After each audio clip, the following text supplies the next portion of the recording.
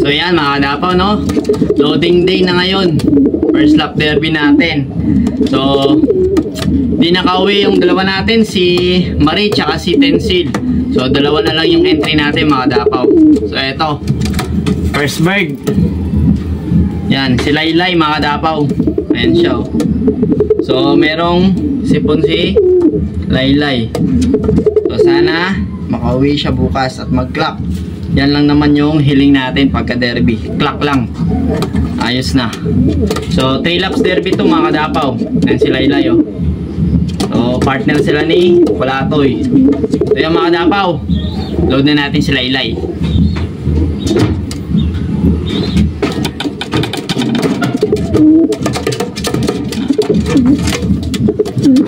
So, ito. Yung second bird natin mga kadapaw. Si Kulatoy. Ayan siya, oh. Okay naman yung mga katawan nila mga kadapaw. Bilog. So, ito siya, si Kulatoy. So, sana mag-clock sila bukas. Yan lang naman. Smash na naman bukas mga kadapaw. Sabi, ulan na naman. So, goods na. Loading na tayo mga kadapaw.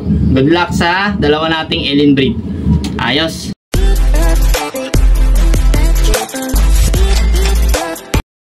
So yun, what's up mga kadapaw, no? Welcome back sa ating channel, Aklan Flyers TV. So for today's video mga kadapaw is, so yan, first lap derby na natin mga kadapaw. So nirelease yung ibon natin 6:15 sa Coton, Iloilo. Nasa 116 km po yung distance natin mula dito sa loop hanggang sa release point. So yan yung forecast natin, no? Yan.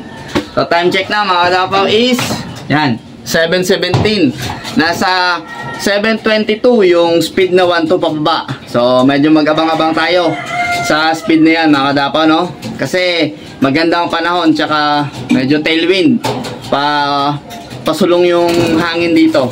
So sana makaklaki yung dalawang ibon natin, si Kulatoy tsaka si Laylay. So kung gusto nyo samahan, tara!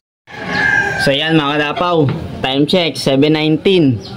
So 1-2 pataas pa yung speed. 7:22 nasa 1-2 pababa na. Medyo mag-abang tayo. Ang ganda ng panahon mga kadapaw, oh. Yan, oh. Kala nga natin masasmash ngayon, eh.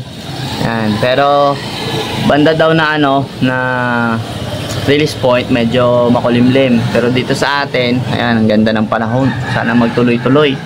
At saka medyo tailwind. Paano yung hangin dito sa atin?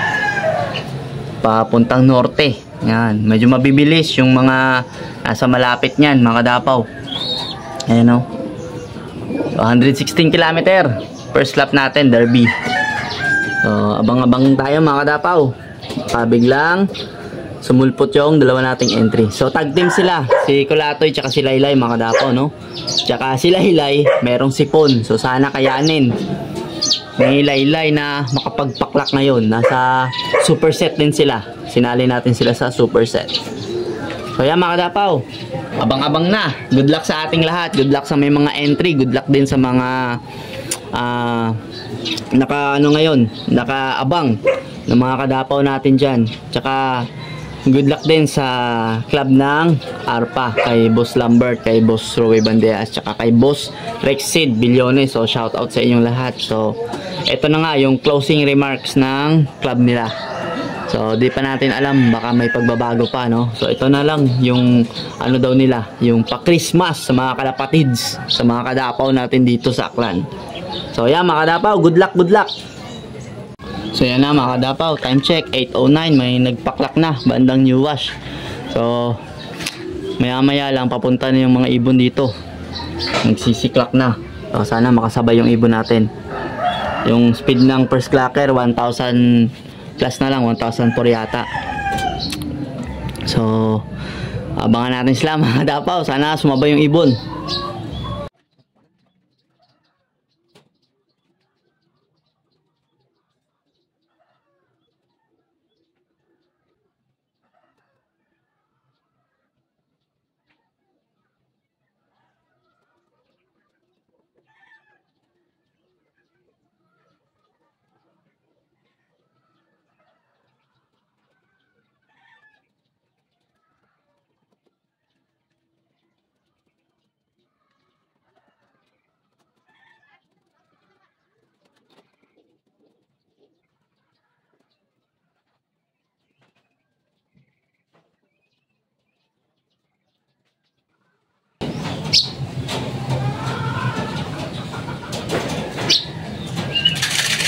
Yan na mga kadapaw, kulatoy.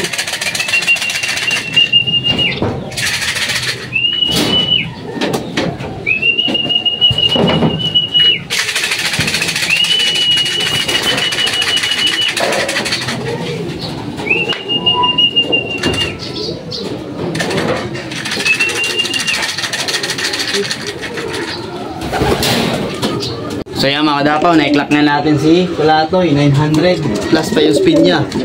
Yan, goods na. Ito yung sticker niya, oh. Yan, 4262-4316. So ayos na, isa na tayo mga kadapaw. So si Laylay na lang yung antayin natin. So yun mga kadapaw, no?